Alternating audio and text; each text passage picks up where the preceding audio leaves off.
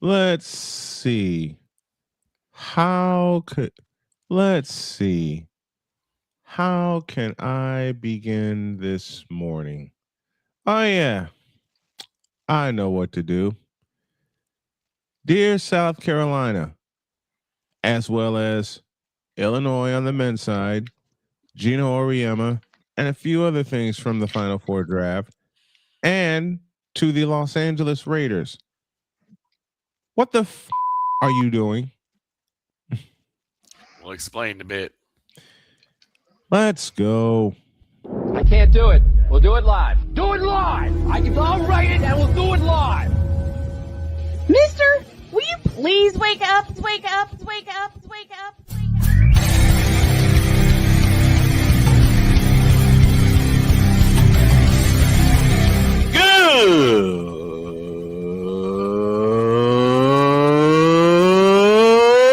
Good morning. Snowman here to all you Brock Purdy and San Francisco 49er haters. Shut up. I got to thank you, Shane. I mean, whatever happened to the games where breaking 100 points was, I don't know, unusual?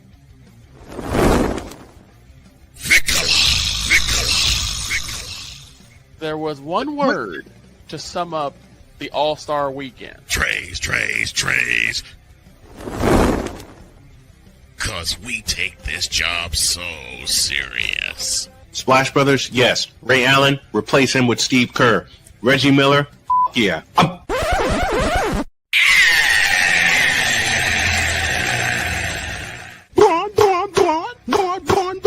What in the all types of blue hell?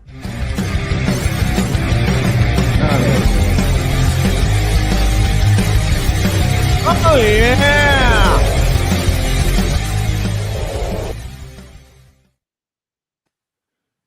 Brother, have we got a ton of stuff to talk about today?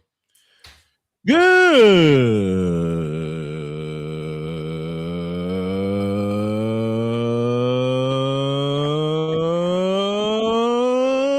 morning. Welcome to the, I don't know what to call this, except a Manic Monday edition of Snowman in the Morning. Glad to have y'all with us.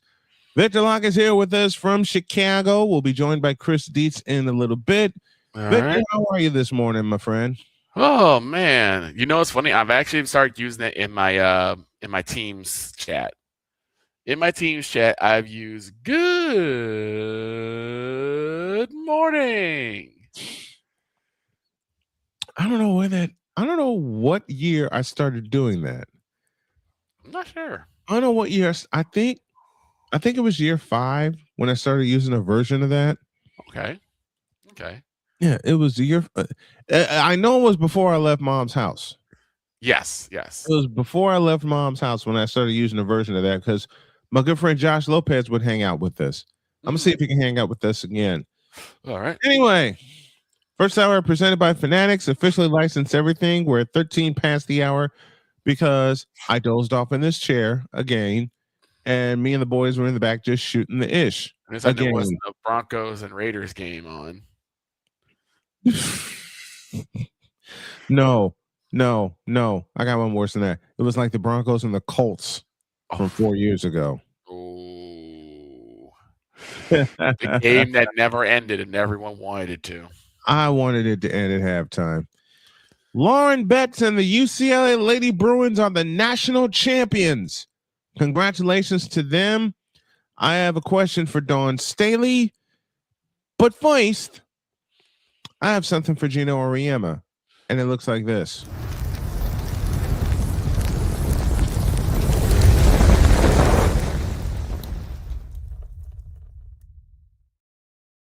In the surprise of the tournament. I never thought I would say this about one Gino Auriemma. Oops, my camera's off. I see you.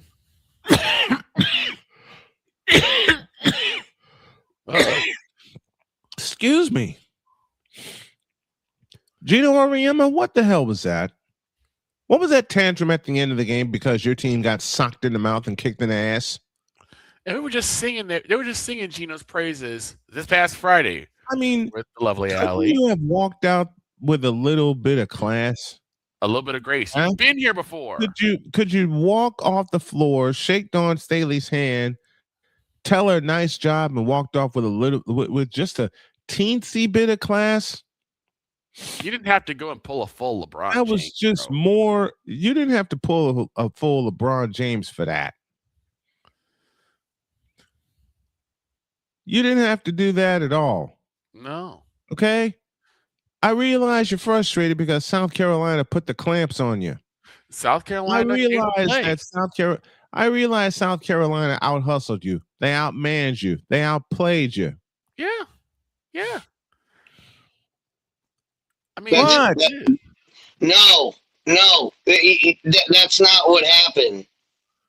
And Okay, what happened? and we can, we can get on Gino. Gino should have been more professional. But you say, oh, he tried to shake Dawn Staley's hand, and the whole dust up, the whole dust up was stuff that we didn't see because they don't show it pregame. Okay. It was pregame. Dawn Staley refused to shake Gino's hand before the matchup because that's what always happens. Coaches shake hands. They say, "Hey, coach, good game. Let's have it. Let's go." Dawn Staley refused to shake his hand before the game, so he went up to her and said that was unprofessional. Now, did getting his butt kicked, getting their butt kicked by 20 points, did that have something to do with it? Absolutely, because we all know Gino's a fired up guy. Yeah, so I'm sure he was okay. He hates to lose. But the thing is, we always see the end of the game handshake. We don't see the pregame. We don't get to see the pregame. So nobody knew what was going on.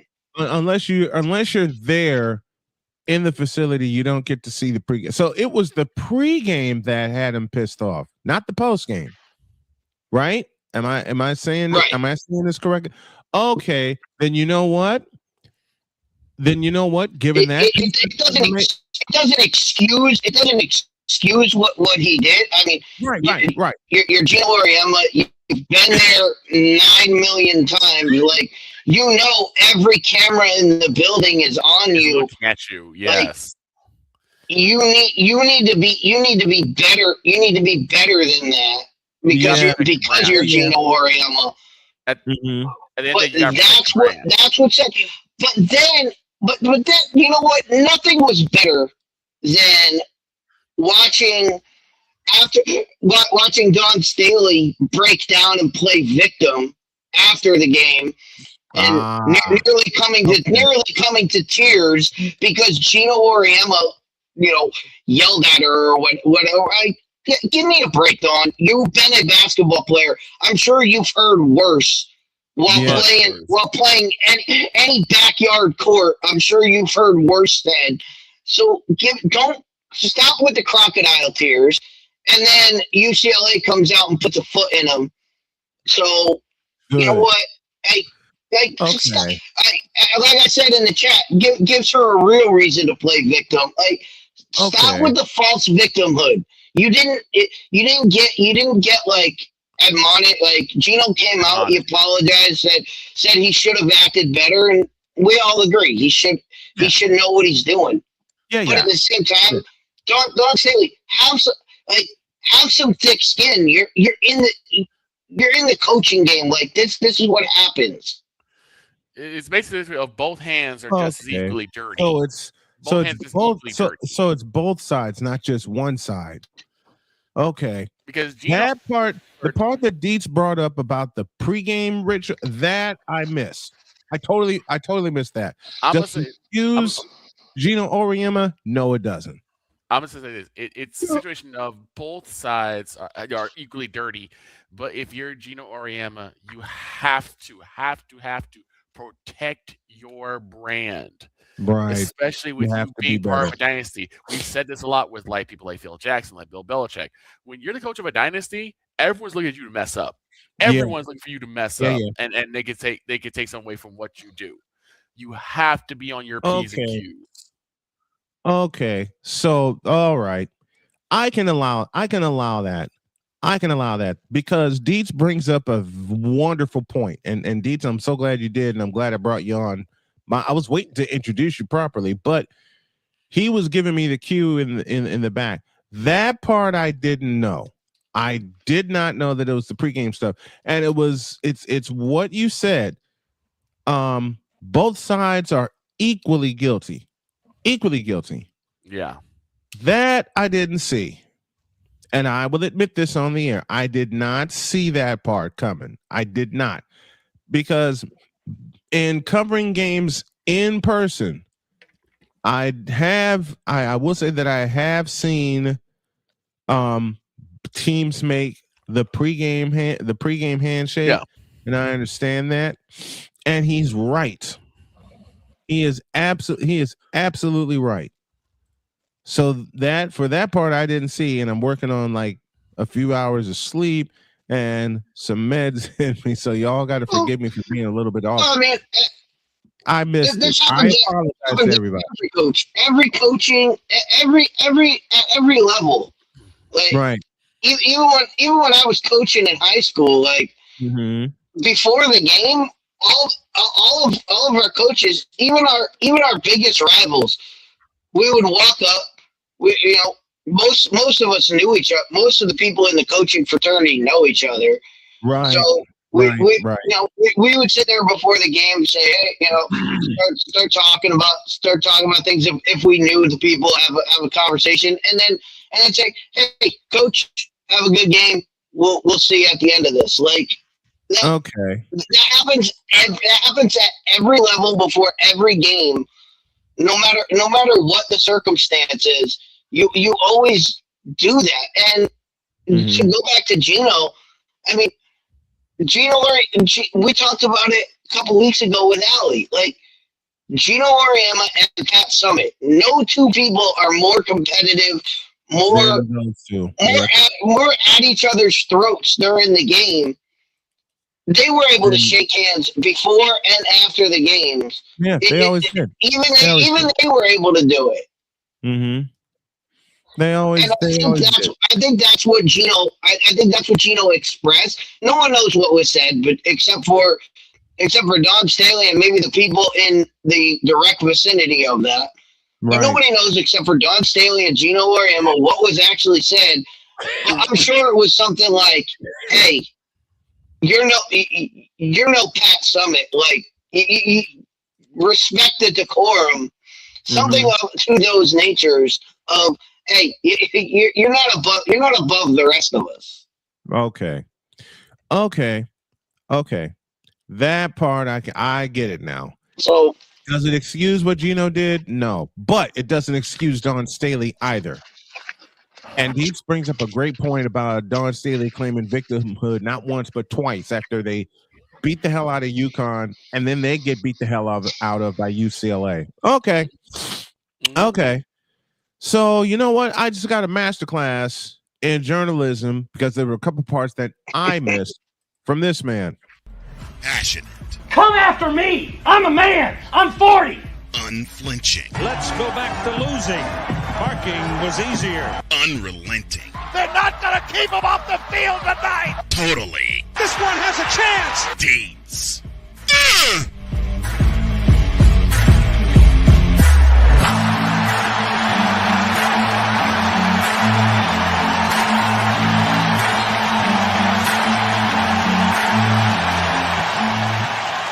That's not just a murmur, that's a full-blown fibrillation. Today, we'll talk more about the UCLA Lady Bruins starting a new tradition. Maybe, but they're going to lose a lot of firepower. But congratulations to Lauren Betts, the most outstanding player, and the Bruins for winning the championship. We'll discuss their destruction of South Carolina a little bit later. We got a break, and when we come back, Deez brought up a point in the back room, and we need to talk about why is Ty Simpson being hyped up in the draft. We'll discuss more in a deuce. This is Snowman in the Morning. There is a it out for me. Leading down to boxes everywhere. And this is gonna be Addie's room. I am blind, but I need not see. I think you're really gonna like it. I know this road is there for me. There is a love waiting for me. First night here, but Amy seems cool. Waist down by the river. I am blind, but I need not see. I know this love is there for me. Nice and slow. I got this. Take me down to the river and wash me. Okay. What do you think?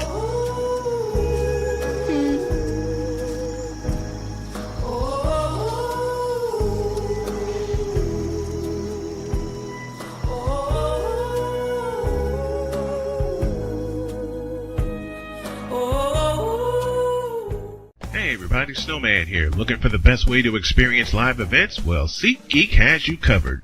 With just a few taps on your phone, you can find the best seats for concerts, sports, theater, and more. Don't miss out on unforgettable moments. Download the SeatGeek app today and get ready for an experience like no other. Each ticket is vetted for authenticity and ranked on a 1 to 10 scale. And right now, if you sign up and use the code SNOWMAN, you will get $20 off of your first purchase. That's only through the power of SeatGeek, where fans can fan.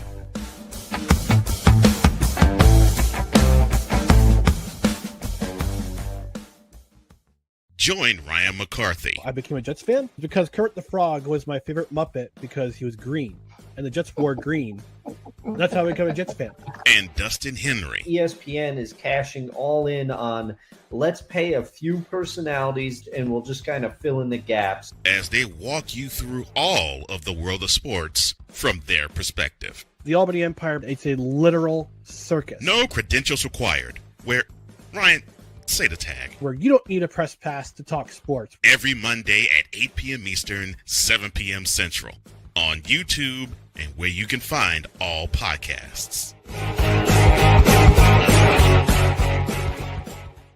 The Big Ten. You can say you're not impressed. You can say you're not happy. You can say all these things, but no, whatever the case may be, the Buckeyes are on top of the football world. And it's just where it is. The SEC. And what does Georgia do? Well, as a team that has a championship pedigree would do, they came out full guns blazing, just like a tested SEC team would do. And Big 12. That team right there that is ranked 15 that put up 45 points. Yes, sir. They were picked dead last at the beginning of the season. The ACC. Start with the biggest name first. Chapel Hill now. It's no longer called Chapel Hill. It's called Chapel Hill because Bill Belichick is now the head coach of the North Carolina Tar Heels. The CLP rankings, do away with that. Right.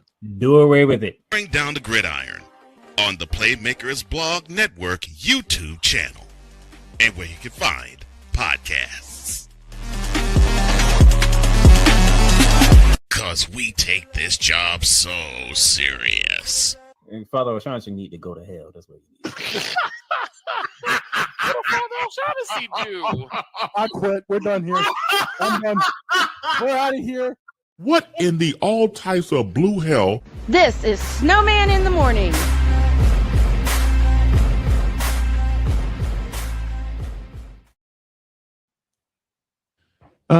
Playmakers with us says Dietz is wrong. They shook hands pregame. Numerous people acknowledged Dawn and Gino shaking hands pregame. John Watson is with us, and the mentioned idea Walton. Zakia McCoy. We'll see the joy a little bit later. Of course, my friend RC is with us. Your response to that comment, Dietz, that Playmaker said. I can tell you what was all I can tell you is what was reported on WNBC, WVIT Channel 30 here in Connecticut. That's what was reported. Was that it was a pregame. It was a pregame issue, and he brought it up at the end. Whether it was because they didn't shake hands, whether it was something that was said during. They said it was a pregame issue with the handshake before the game. Okay, hang on a minute. That was reported. That was reported by NBC. Okay. Winnie. So, hold on, guys. I thought we lost Winnie, but Winnie was just outside wrestling with the guys. She started scratching at the door. Okay. Yeah, we're off the rails. Halfway through hour number 1, and this guy's waiting for us.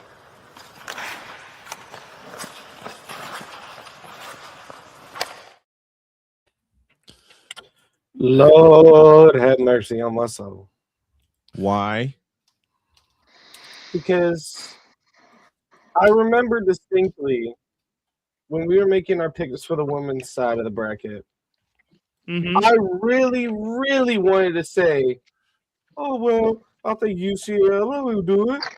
But my brain wouldn't even let me say it. Why? Because when I go against the grain once, I look crazy. I go against the grain twice, I look stupid. Did you go against the grain in the championship? I picked UCLA to win it. When it came to the betting part, I picked UCLA. I'm not betting any. I've never bet in the first place. I haven't either. Not since my mom had like a football pool, and not since I did it for a couple of teachers of mine in 1989. I have not bet. I won't bet ever. I gotta tell you all the funny story. In 1989. The team to beat in the NFL, of course, at that time was San Francisco. So a teacher comes up to me, who was also one of the baseball coaches, and said, I have a proposition for you. So what's that? Proposition Joe. Yep, Proposition Joe, absolutely. He says, every time San Francisco wins, I'll buy you lunch. Okay, you're on. Oh, no. San Francisco won 14 times in the regular season. Yep. 14? 14. They were 14-2. Remember at the time, Bill Walsh had retired. 2 times. George Seifert had taken over. Yep. And a lot of guys were saying, well, looks like the Niners won't do anything. Why? Because Bill Walsh retired. Okay, George Seifert will do the same thing Bill Walsh did. And that teacher kind of heard that conversation in the lunchroom, which is what we do here. We take conversations in the lunchroom about sports. We add a little coaching to it, as Dietz can attest, and I, for that matter, because I did coach a Little League team once upon a time, and we bring it to the air. So that teacher, who turned out to be a very dear friend and very helpful, had to buy my lunch 14 times that year. Then came the playoffs, every teacher on the second floor was in a pool of who would win. So the divisional opponent was, of course, Minnesota. And I had one of the art teachers come up to me and said, look, I am betting on Minnesota.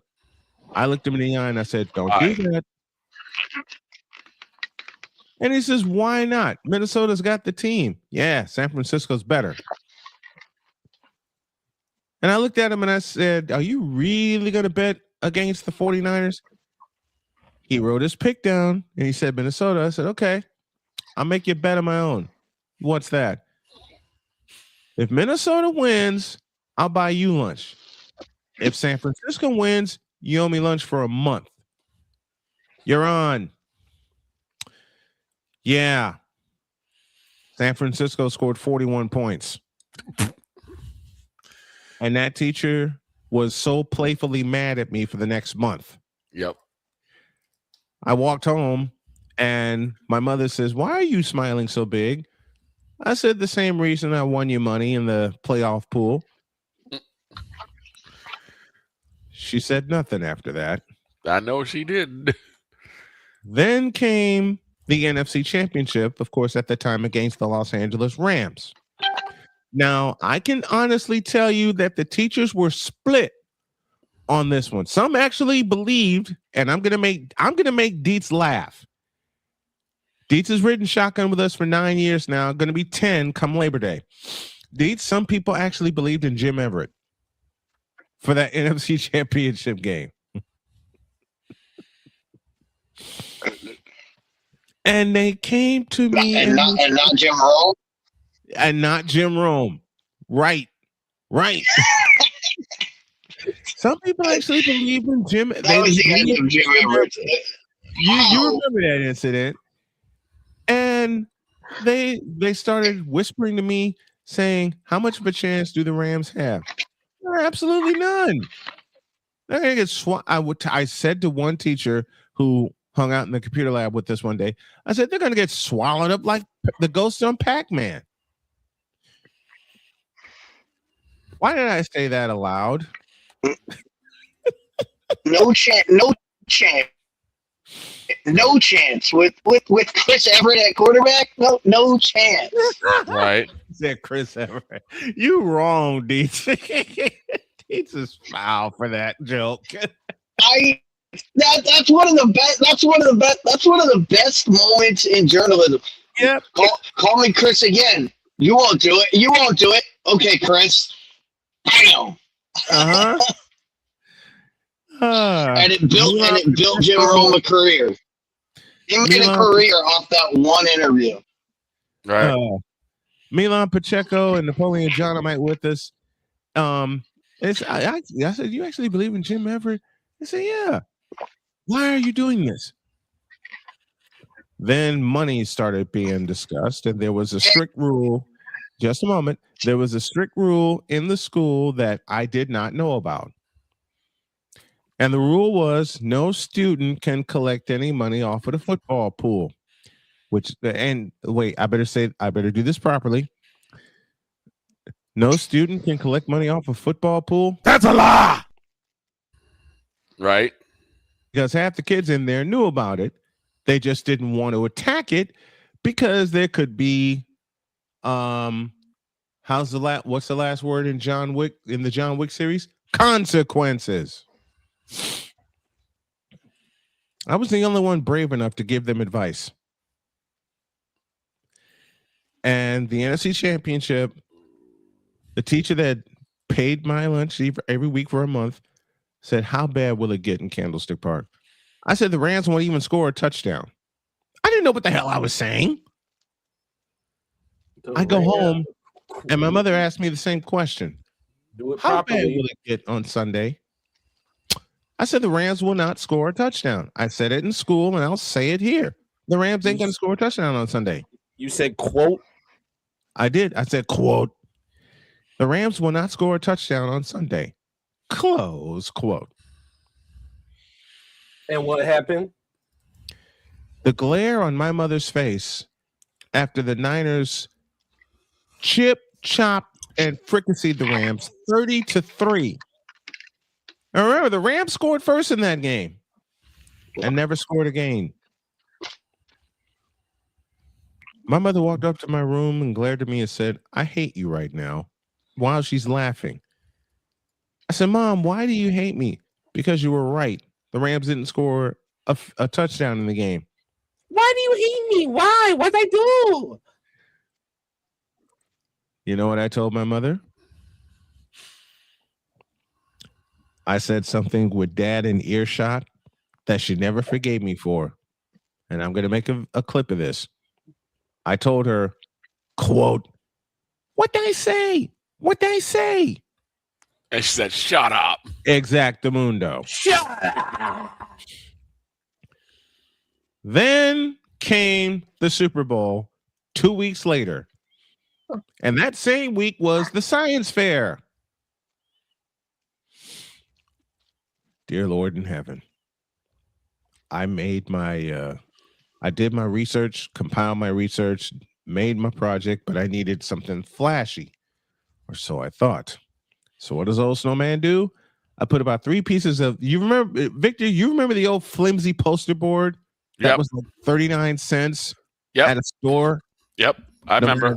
No matter where it was, whether it be Walmart or Jewel Osco or wherever. Yep, I remember. Flimsy ass poster board was 39 cents. I bought 4 of them. And I drew the field, how the field would look at the Super Bowl. I went through a lot of coloring pencils and markers that week. Wound up winning the thing. And wound up also, because of the teachers, slipping me $1,000. All because Joe Montana threw 5 touchdowns. Now, the trick was I couldn't collect it until the end of the year. So what they did, they made a private scholarship fund about it, quote unquote. And that's when I got the $1,000.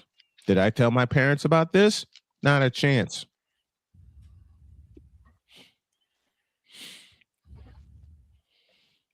So that's the final time I bet on anything and won. I haven't bet since. Gina's with us saying, good morning, Snowman. Happy Monday. Sending love and support and prayers to you. I thank you for that. And I ask you guys, I asked the folks in the Pure Adrenaline Sports chat, I'll ask it here. Do me a favor and keep my wife in your prayers for me. I can't say more at this point, but just keep her in your prayers for me. Go ahead, Deeds. It's funny. It's funny how similar, we have, because I have a story off of that when I was in 8th grade, and because we're talking about the NCAA tournament, when I was in 8th grade, I printed out like 400 brackets. Just passed them out to people. Hey, $5, get it in. Winner, I'll calculate it up. Whoever gets the most picks, right? Winner takes all, right? Yeah. So I did this for like a week straight. Yeah. And over the loudspeaker, they announced no betting on school premises. I was the only one running the school. Everybody in the school knew I was running the pool. Everybody knew it. They just announced it over the thing, and I was like, "Yeah, whatever, dude." I was like, "Whatever, we're gonna get this." I had people handing me. I had people handing me brackets folded up like we're slipping drugs. People were handing me cash. I had so much stuff going on, but that was my 8th grade year. I was the guy who ran the NCAA pool. What year was that? That was 1996. 1997. Yeah, Arizona won that year, 1997. Yeah. You know what? The same thing went on at my high school for the NCAA tournament. I'm walking around in UNLV paraphernalia. I'm walking around the school in UNLV gear because my mom got me some the last time she and my dad went to Vegas. Same teachers who did the ish for the Super Bowl yanked me aside in my UNLV sweatshirt and they said, "Are they going to be as dominant as I think they are?" Yep. They may have 1 or 2 games during the tournament where they may be tested. Turned out it was only 1. But the weekend of Loyola Marymount and UNLV, that Friday, got to school, and all of my boys who love talking NCAA with me saying, "Is the dream over for Loyola Marymount?" Yes, because UNLV is going to run them over. And UNLV ran them over by 30 points, even though Loyola scored 101 points. If you remember, this final was 131 to 101. Why did I make $250? And all I said was UNLV will win by at least 25. They won by 30. Anywho, see, this is the crazy thing. This is the crazy thing about the difference. See, I went to public school when I was in middle school. Yeah. And then I went on to private school. This is the difference between private and public school. In public school, they made the announcement: no betting, no this, no that. When I got to high school, I was like, oh, I'm going to do the same thing. No, they did it right. My high school did it right out front. They were on Front Street. Teachers had their brackets up on the board. Teachers had their we had brackets up all around. I was like, and I can't even I can't even run a pool here because they're already doing it. They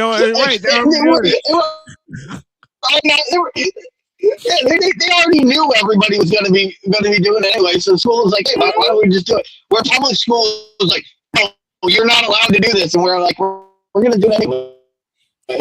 Out of here. See, Victor and I have covered Catholic League events, football, basketball, and sometimes baseball. Victor and I have been there for it. See, I can say this aloud because we both have been there, and I'm an adult now. Catholic League knows how to party. Yeah, they know how to tailgate. Okay, in Catholic League games, there were tailgate parties, and lots of them. I told you about the time I went to a tailgate party, and that was at a Catholic League school. Somebody decided to grill a full-on cow's leg. Yep. I'm like, how did you get that in there, first and foremost? How did that fit in? And second off, who's all going to eat this? So who ate it? Everybody. I thought so. What type of family of 7 is going to eat this? Dude, it was the entire parking lot. Everybody got a piece. When I did Brother Rice St. Rita in 2000, hold on. Yeah. When I did everybody came. It didn't matter. It didn't matter what side you were on. It didn't matter what side you were on. You were getting the people. You were getting the people. They were just they would do that in the parking lot of our games. They were just handing stuff out. Yep. When I did Brother Rice St. Rita in 2002, and I shared this with my friend John Leahy in an episode of Mike to Mike, I had to climb on top of the roof because there was no room in the press box. It was the biggest matchup in the area, number 2 versus number 3, not just in the area, but in the state. When it started raining, I said, all right, we're gonna be a while, because it was a grass field at the time, and it turned to complete mush. Right. It turned into mush. Couldn't see the how did George Carlin put it? Football is played in any kind of weather. Rain, sleet, snow, hail, mud. Can't read the numbers on the field. Can't read the yard markers. Can't see the players' numbers. The struggle will continue. By the time the second overtime hit, that's exactly what it was, because it rained during the first half of the game and part of the third quarter. The game wound up going 6 overtimes. There was a tailgate party that I walked through, and some folks were congratulating me because they heard my broadcast and all, even in the rain. When I got home, and I had 2 plates of whatever they were serving there, it turned out to be grilled sausage, grilled hot dogs, the works. 2 carry home plates of that. When I got home and put my food in the fridge, my trench coat felt a little heavy. You got a pair of beers. I got 6 beers. 6 beers. What? And a Bloody Mary. There were people that were slipping beer into my pocket while I was walking to the bus to get home. Betting stories and more here on Snowman in the Morning. That's what we're sharing right now. When we come back from a break, we got more stuff to take us to the top of the hour. Playmakers on the way, and so is Jay Spivey.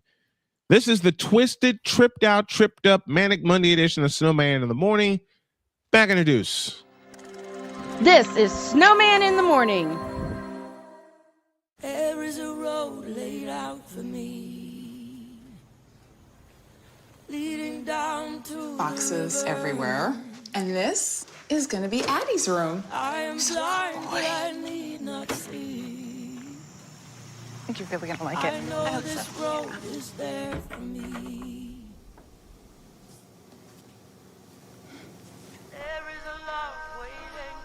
First night here, but Amy seems cool. Ways down by the river. I am blind, but I need not see. I know this love is there for me. Nice and slow. If I got I'm this. free, take me down to the river Nice. and wash me. Okay. What do you think?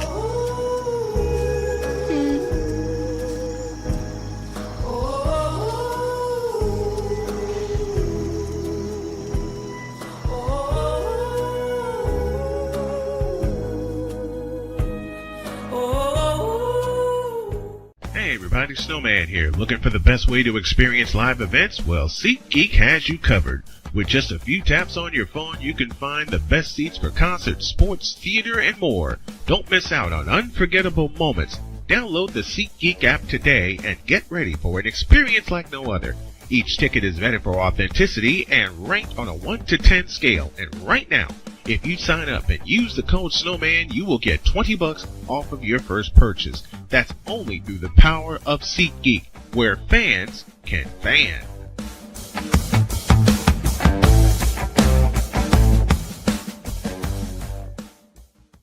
Join Ryan McCarthy I became a Jets fan because Kurt the Frog was my favorite Muppet because he was green, and the Jets wore green. That's how I became a Jets fan.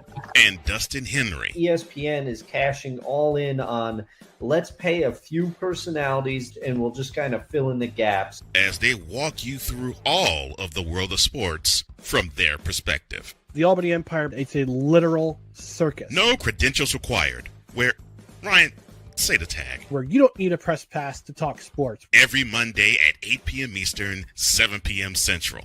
On YouTube and where you can find all podcasts.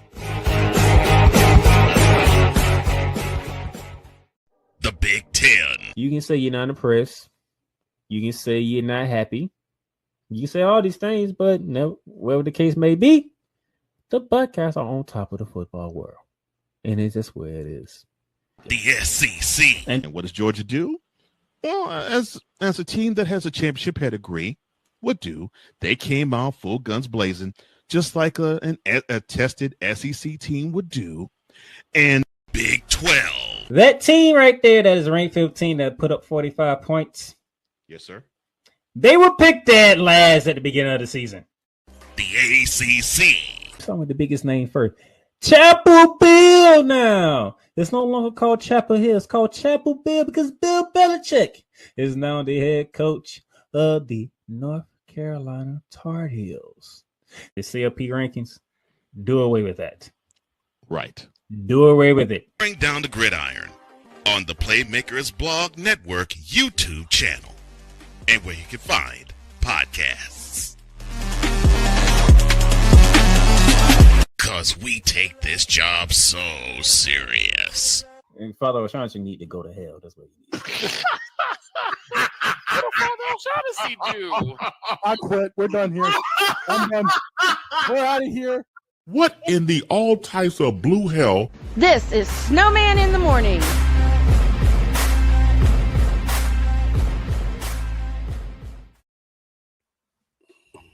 Different browsers to bring this to you. Indeed seems to be holding up pretty good. And as I say that, he froze. No, he's fine. What did There Father we go. O'Shaughnessy do? We don't know. We will- still don't know to this day, even if Playmaker is here. And that was a year ago. We're never gonna know. That was a year ago. I asked Playmaker. He said, "Y'all just wait to Sleepy Giant." We don't even know who the Sleepy Giant was. Well, we do know, and I just said, Yeah, we know now.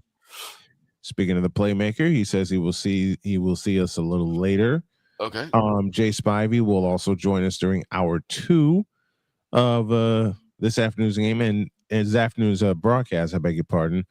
And Spivey sent me a note yesterday that had me laughing. He said, "What a wonderful championship game." Not. No.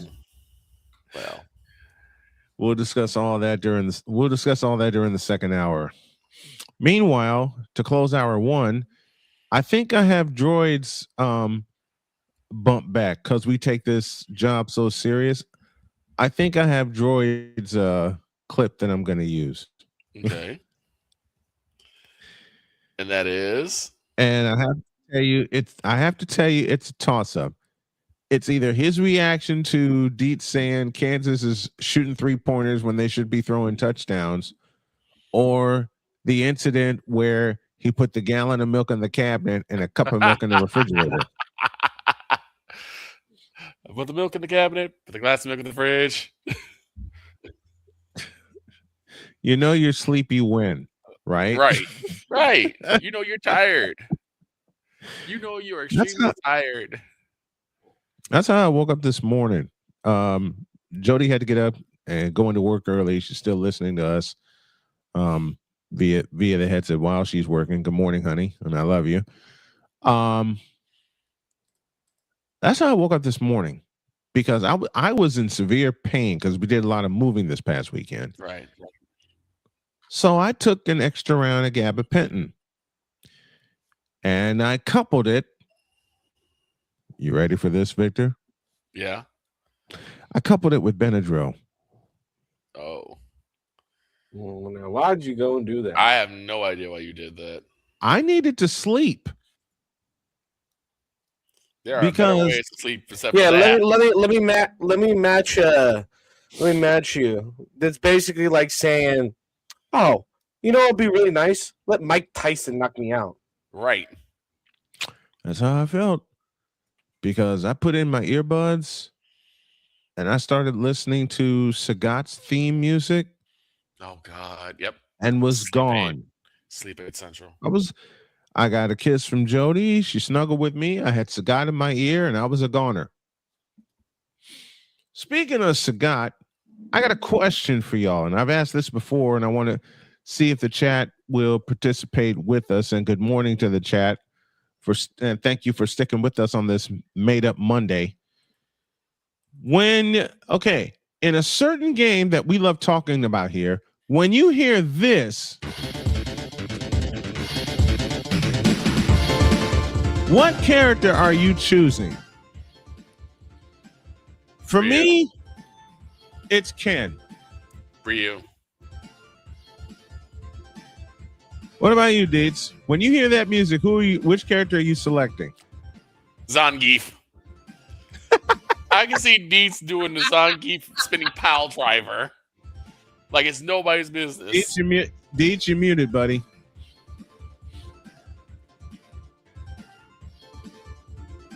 You're still muted, man. Hold on. Let me see if I can unmute you. Oh, shucks. I can't. We'll come back to him. Droid, who are you choosing? I'm too young for this. No, you're not. I'm too young for this. I don't even know what this music's from. Street Fighter. The original? Yep. Yeah. Yep. If we talking Street Fighter, I'm going Sub-Zero. That's Mortal Kombat. That's Mortal Kombat. Oh, shit. Bro, I just woke up. Give me a break. And I'm trying to wake up. Deeds, who are you choosing, man? No, it's funny. It's funny that Droid says that, because that was the only time I used Ryu, is because his skill set was the same as Sub-Zero. All his moves were exactly the same. So that's the only reason I used Ryu, is because it was the same thing to throw the fireball was the same thing to throw the ice in Sub-Zero. Yes. True. Victor said Ryu. Does this sound familiar? Yep. Me, it's either this guy, as it fades out. It's either this guy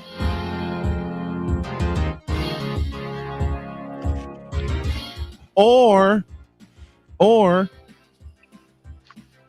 it's this guy. I knew it. Colonel William Guile. Now, anyone who knows the early parts of Snowman in the Morning when I started this 12 years ago, what was my warm-up music from Street Fighter? It was Guile. No, it wasn't. No, wasn't it Vega? It was this. It's Vega. It was Vega. From Spain. The guy that would climb the fence and then try to jump you. Not that he would climb, he would do it. And then he could suplex you midair. Mm-hmm. If you press the button correctly. And then my mother, my own mother, gave me the thought, why don't you use a sports theme? Okay. So with that in mind, I broke this out.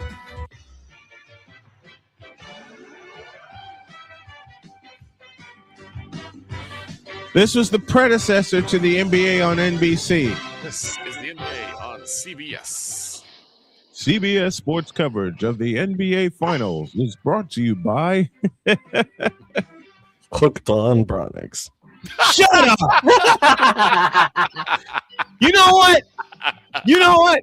Why not? Why not? That was good. That was a good one. Droid, I want you to do it. I want you to do it again. Please. Okay, hold on. Let me get to the right point. Let me get to the right point. Even Dietz is laughing with that one. That was perfect.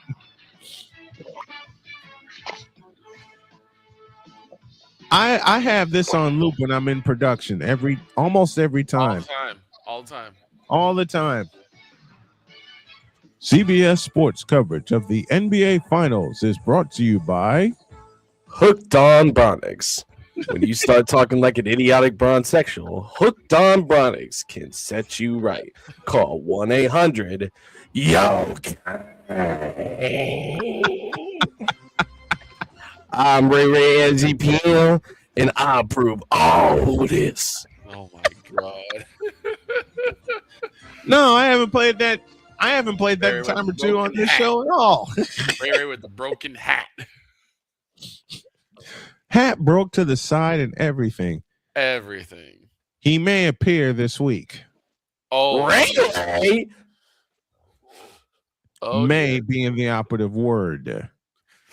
We'll see. 2 after the hour, we owe you a break, an ID after that, and then we'll take you around the world of sports on a scoreboard edition.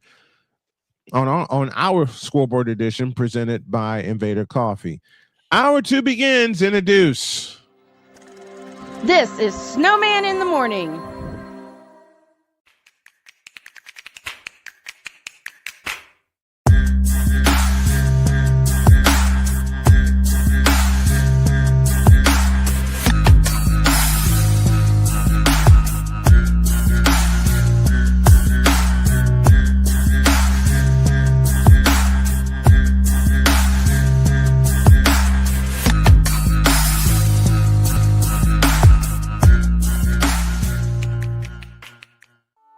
I'm Jenny Garth, and as a mother of 3, I know kids worry about a lot of things.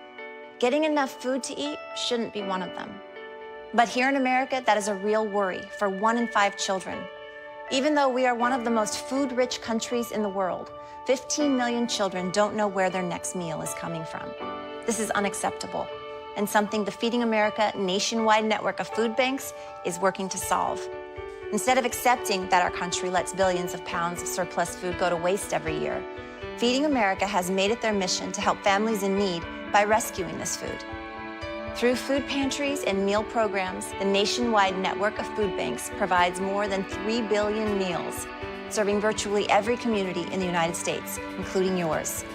Join me in supporting Feeding America and your local food bank by visiting feedingamerica.org. Together, we can solve hunger. Together, we're feeding America.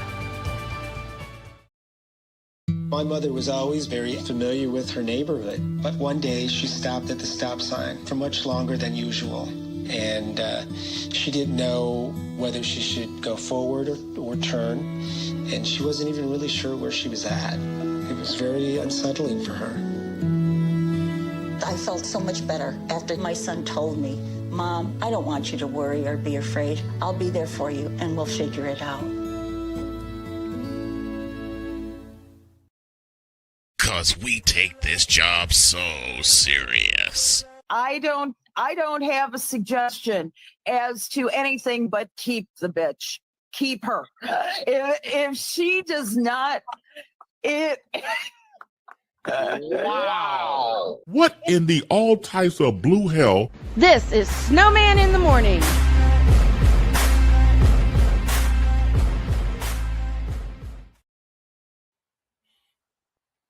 Damn. Yeah. Yeah. The first of many mic drop moments with Mic Drop Moran. And that response right there is the reason we gave her the nickname. And we'll get more on Friday because she's going to have a couple. Oh, she's going to have a ton. She's going to have a ton. Napoleon Dynamite, which special appearance will be worse, Ray Ray or Tam? How about option C, both? I can kind of stomach Ray Ray. I can't stomach Tam. No one can stomach Tam.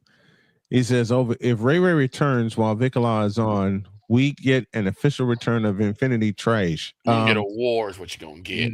Napoleon, I hate to correct you, sir, but Infinity Trash never went away. No, it didn't. Partially in thanks to you. Right. Especially the past Wednesday. Anywho. 11:06, and we owe you an ID. This is Snowman in the Morning on the Snowman Multimedia Sports Network. From the Snowman Multimedia Studios, this is Snowman in the Morning. Broadcasting live across the country and streaming worldwide. Heard on our incredible family of affiliate stations, from the South to the Midwest to the Carolinas and beyond. If you're listening on one of our partner stations, we see you, we appreciate you, and we're just getting started. Where the hottest of hot takes meet the coldest of cold hard facts. For fans, by fans, all heart, all action. This is Snowman Multimedia. Holy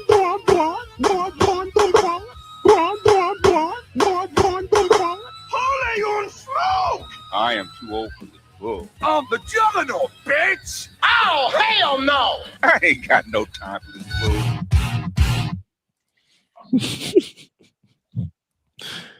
I told him now.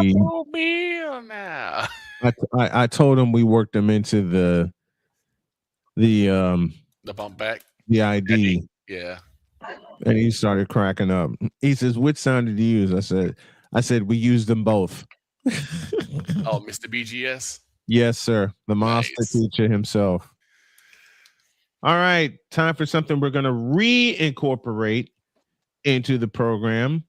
Every single morning that you hear us, every single hour that you hear us, we will have the Snowman Multimedia Sports Network game day break. The scoreboard update, I beg your pardon. Jeez Louise, is Victor suffering cuteness withdrawal? We all are. But I'm going to say, since he's not here, it's that time again for the Snowman SeatGeek scoreboard Cutie Empress update. Yeah, the Cutie Queen Empress update. I'm renaming it officially. In the NBA yesterday, it was the Celtics over the Raptors, 115-101. Suns go down. Suns beat the Bulls, I beg your pardon, 120-110. Cavs over the Pacers, 117-108. Hornets better than the Timberwolves. What the hell? 122-108 is the final. Rockets escape a buzzer-beating attempt by Steph Curry, 117-116. And the Brooklyn Mess won a game. What the hell is going? Well, they played the Wizards. There you go. The Shadow Realm. They're still in the Shadow Realm, and so are the Wizards. 121-115 is the final score there. Bucks over the Grizzlies, 131-115. Magic beat the What? The Magic beat the Pelicans, 112-108. The Oklahoma City Thunder broke out the whooping stick on the Jazz, 146-111. The Mavericks over the Lakers, thank you, Jesus, 134-128. And it was the Clippers over the Sacramento Queens, 138-109. All right. Today in the association, 3 games on the docket as we no. Check that. 5 games on the docket. Sixers and Spurs go at 8. Night starts off with Knicks and Hawks. That's at 7, and the Hawks are 12 games over 500.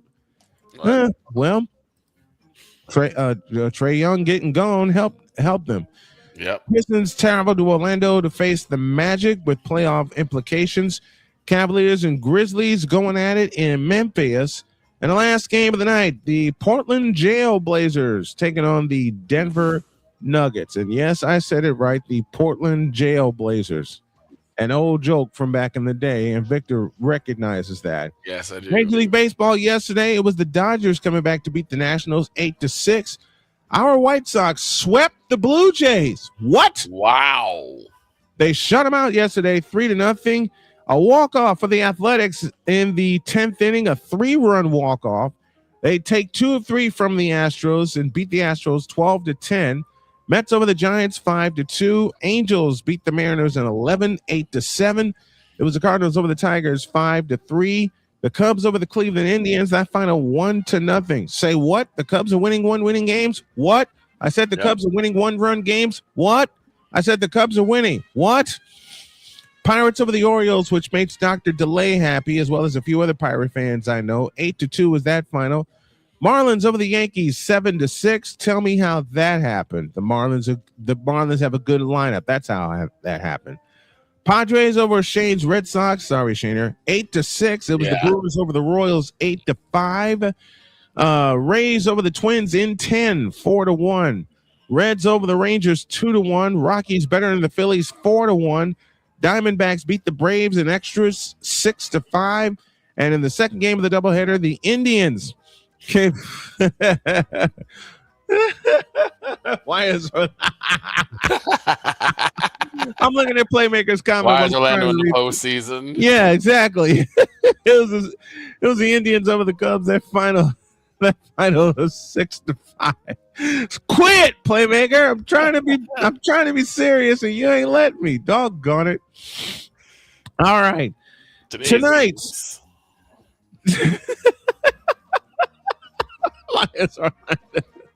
Rooker hit a bomb. Yes, he did. I don't think he hit it out of San Diego, and it's going back to Oakland in the old Coliseum. It hasn't landed just yet.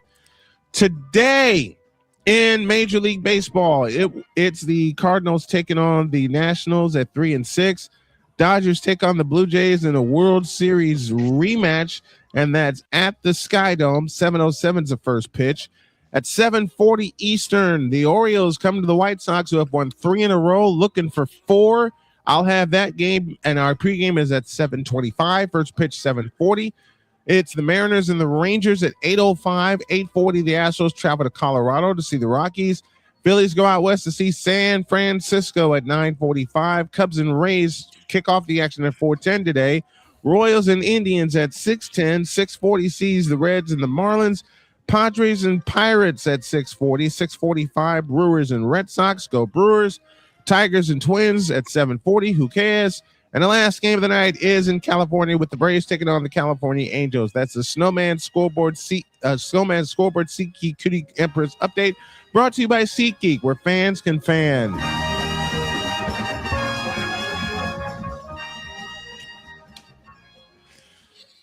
Just heard something outside. This jiggle session for Snowman is brought to you by Screwball VPN, the VPN all the way out of left field. Screwball VPN, where we screw with the hackers to keep you safe.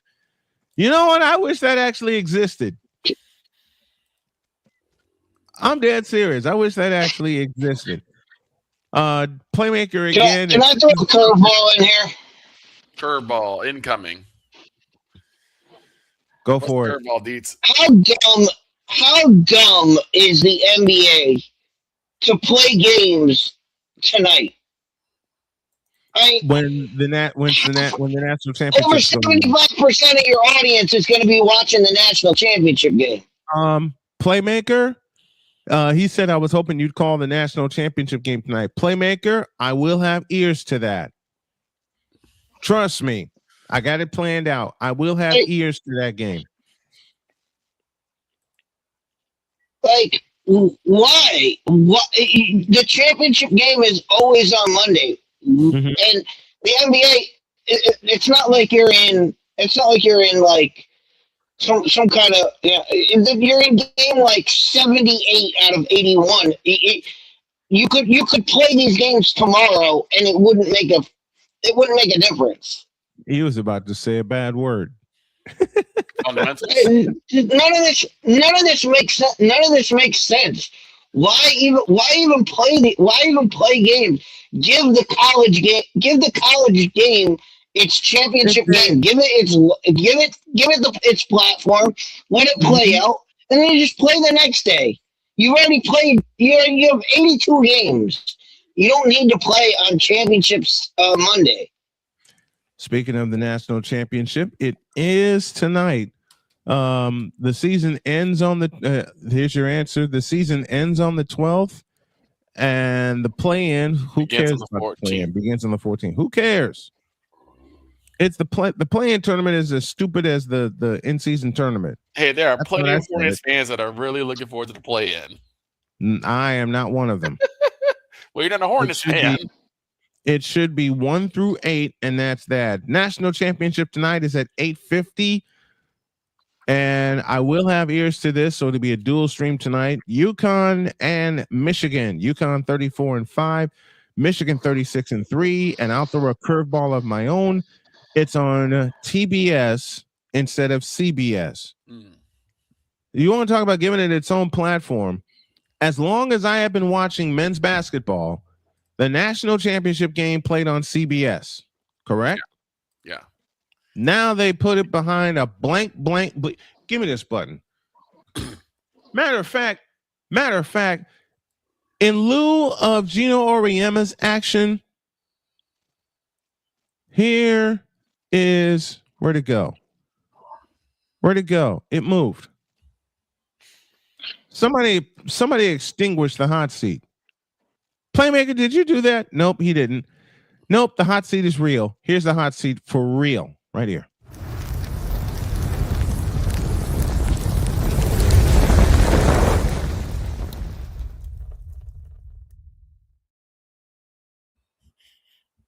Now, give me this camera. Every year, the national championship is played on CBS. Okay? Not True TV, not TNT, not HBO Max, but CBS. But because of something we like to call money, and lots of it, it's behind a paywall. I have one question and one question only. Why? Why are you putting this behind a paywall when there are actual college basketball fans, myself included, that want to see the national championship game on free television? Why is this not on CBS? Every year I've watched the national championship, it was on CBS. It doesn't matter if it was a 4-channel split for the tournament. The regional finals, Final Four, and championship were all on CBS. Period. They dispatched 4 crews to go cover the doggone thing. And for a while, covering one region was the same announced team that would cover the national championship. And for a while, it was Gary Bender and Billy Packer through the 80s. And through the 90s, it was Brent Musburger and Billy Packer. Then Jim Nantz took over for Brent Musburger when he left CBS in 1990 when they wouldn't pay him, and I don't know why. And he jumped to ABC. And he had Brent Musburger had an extraordinary career in ABC. More on that at a later date. But to all of us old school fans, yeah, some people really need it. Absolutely. To all the old school fans, and dear TBS and TNT, y'all everything up when it comes to basketball coverage. I'll say it again, and I know it's because of greed, Sick Diggy, and thank you for that. But y'all everything up when you decide to put it behind a paywall. Have you ever thought about the fact that some people can't buy a damn paywall because they've been through some shit? Huh? Have you ever thought of that? Have you ever thought about the fans that are old school and expected to be on CBS and they can't get it because you put it behind a paywall? Just because you needed the money? What did Playmaker say? Some people have to have it. Yeah, some people really need it. And you know what song that's from. And if Cole Johnson were sitting in the production seat, I'd be having him hum the tune in my ear. And unfortunately, it's called money. You greedy. Oops. I think that's my cue to stop, and I'm not going to stop. You greedy sturds. You greedy. You f***ed up everything because you had to put the national championship game behind a paywall. And dear ESPN, I'm talking to you too. With the women's tournament behind a simple ass paywall. And that first paywall that we had to pay for was called cable. Anybody remember Sports Vision? Here's a history lesson for you. You know how Sports Vision became to be? Sports Vision began in Chicago. Why? because of On TV. Anybody remember that? In the early 80s? Anybody remember On TV? I certainly do. They gave you a box and they jumbled it. They jumbled the sports coverage, because I can tell you every night I wanted to watch a Bulls game, it was on Sports Vision and it was jumbled behind a damn paywall. You stupid shiz. I hate things being behind a paywall, but I know that's the way the day goes in the 21st century, and you need to make money. Snowman Multimedia being a part of this, but I don't want to offer a paywall to the fans that need to and want to and must listen to an old school version of the national championship game, or that and the White Sox game, which I'm covering tonight. If you wish to donate to the network, please do. But you f***ed up putting the national, give me this, championship in game behind a f***ing paywall. You stupid chiz.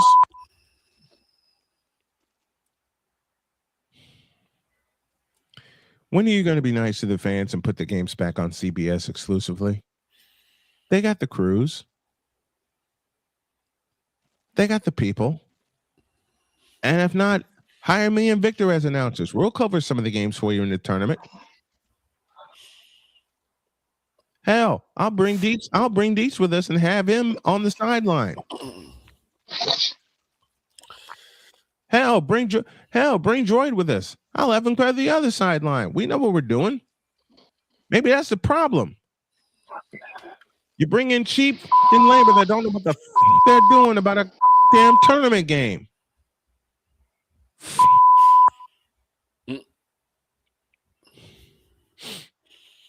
I can't be on today because we have a loaded show today. I can't wait for it. And officially, the Shooting Lights Out show, it will be on the Snowman Multimedia Sports Network. I am fumbling my words today. Doggone it. Since he's not going to be here, I just make the joke. Go ahead. Land on the postseason. Do away with that. Do away with it. I hate you for that joke. But I agree. I was going to do it when he was here. Matter of fact, I'll make this joke. The national championship on TBS, do away with that. Right. Do away with it. Do away with the damn paywall so everybody can enjoy the national championship in game. You already got it, so everybody that's sitting in Lucas Oil Stadium and the attendance is going to be over 70,000. Mm-hmm. And you can make your money off of that. Yeah, but I know rights fees come. I know rights fees coming to play. Commercials coming to play. Hell, they sell the NCAA. I can't talk today. They sell the NCAA tournament like this, like they sell the damn Super Bowl. Yep. I'll say it again. I'll say it again. They sell the Final Four and the NCAA championship for commercials like they sell commercials for the damn Super Bowl, which is behind a paywall this year. Yeah. You fucking. Oh, I slipped. You do it. I knew it. I was close. I better stop. Jar.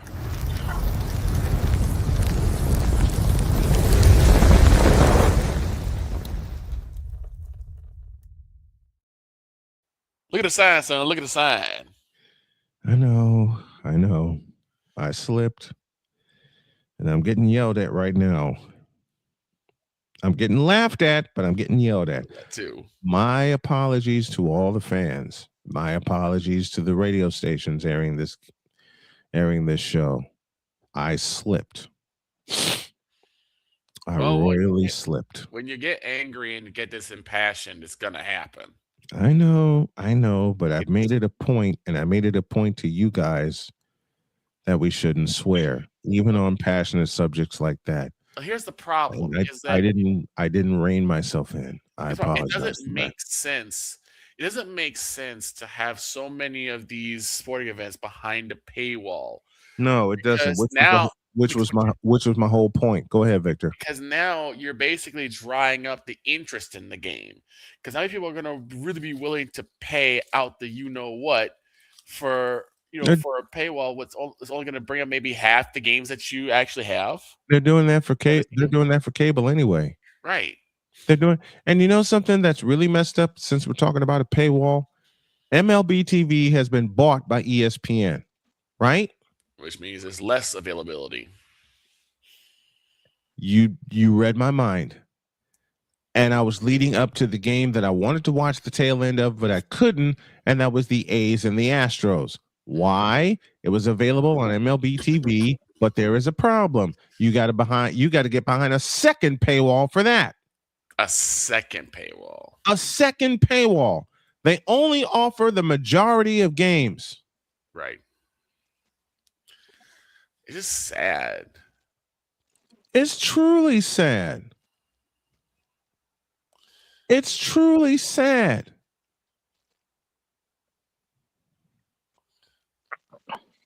That they put it behind, this time I'll do it correctly, a damn paywall. Right. Yeah, I mean, what the biggest problem is people asking like, well, what's bringing the interest down? The fact that there's no accessibility. Mm-hmm. Victor, you wanted to say, you've been begging to say something about that for a week. Floor is yours. Well, here's the problem: is that back in the day, I mean, I would say maybe like 5-6 years ago, you used to be able to just turn on local access TV and you'd get games. Mm-hmm. You know, whether it's Bulls, White Sox, Cubs. I have not seen a Cubs game on WGN. I'd say for the past 3 years, I have not seen it. Because WGN was bought out. And I'm like, where are the sports games? Where are the games? Love Gun Merchants in the house is comment for the algorithm. I appreciate it.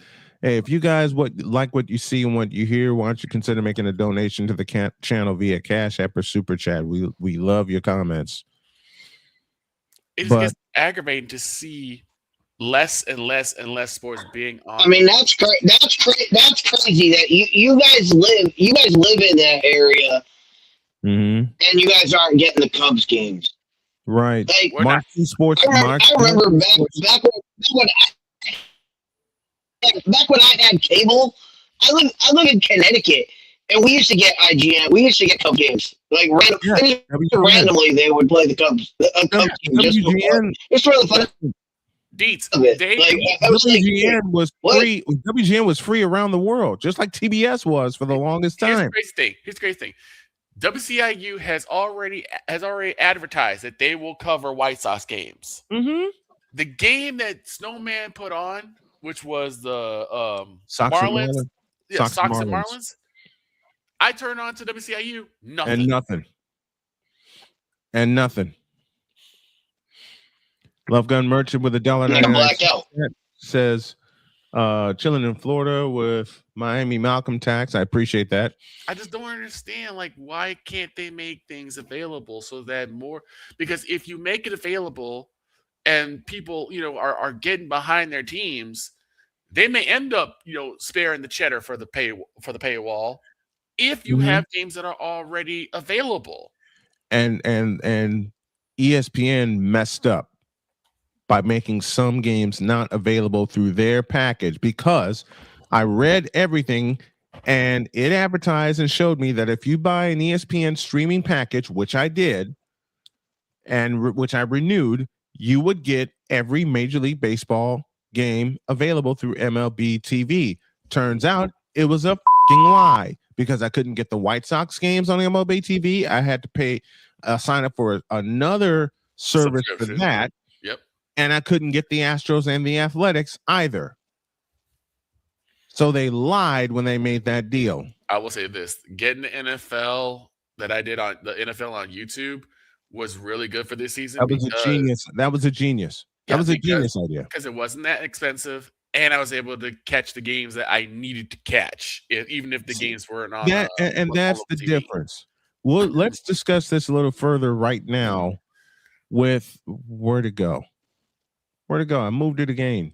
Only problem was we couldn't get the NBC NFL games. Right. That is why that's the deal. Which is why I had to. I'm really glad I had Dietz on with me for the Cowboys Packers game because he was able to get all of it. Oh my god! And they were at the bar when that happened. Where is my that infamous call? Yep. Yeah, very infamous. Jay Spivey is standing by. Stand by a little bit longer, Jay. I got to grab something really quick. But I think that's going to be our subject for the second half of the show. I mean, why do they make this so darn difficult? I have no idea. They put everything behind a blankety blank bleeping paywall. I hate paywalls, man. I've hated paywalls since the NFL was on ESPN. Mm-hmm. Sunday Night Football, anybody? Yep. But they made it. Here's Jay.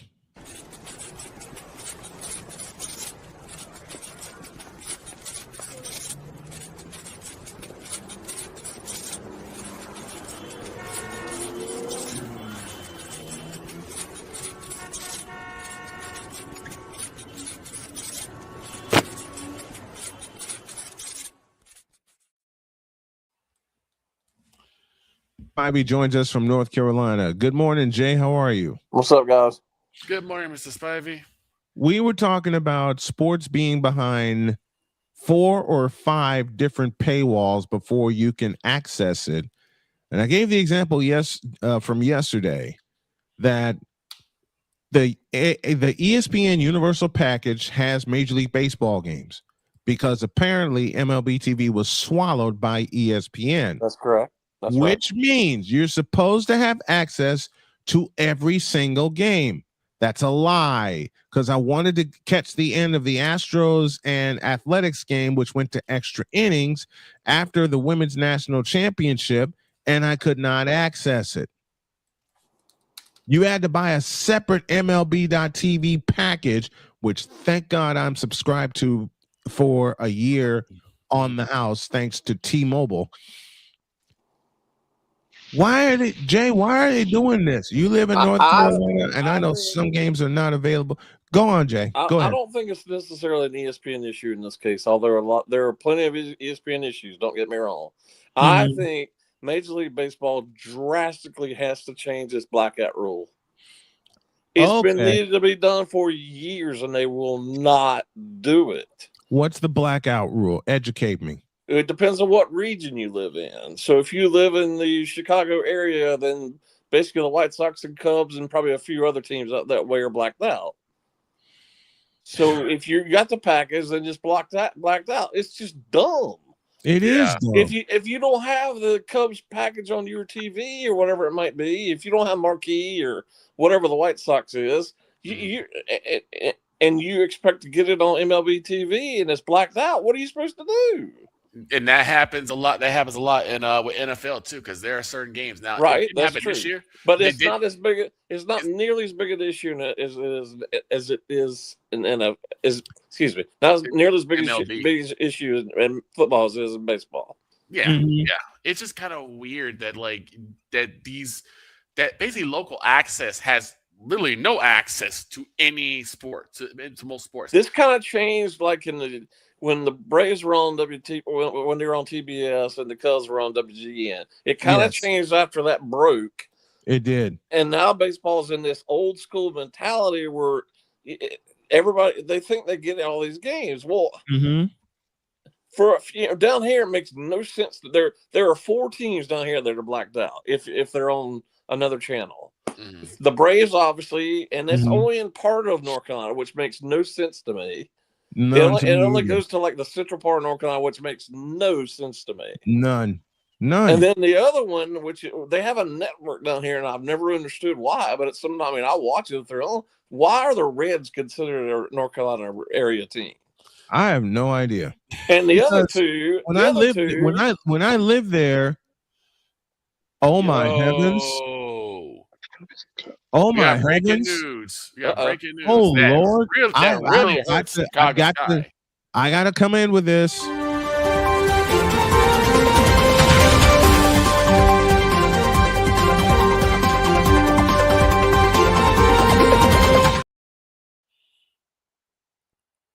I don't think this is an April Fool's joke. Angel Reese has been traded from the Chicago Sky to the Atlanta Dream. That broke just now. I think that's hilarious. It is. I think Chicago probably wish it was. I think the Sky just waved the white flag. I bet she's kicking and screaming. You think? 2 years and they gave up.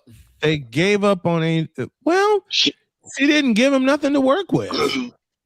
She didn't have a coach. You really trust in Tyler Marsh? And then she's overrated? Maybe she's overrated? I bet she's happy. I bet she's happy. I bet she's happy to be in Atlanta. This is confirmed.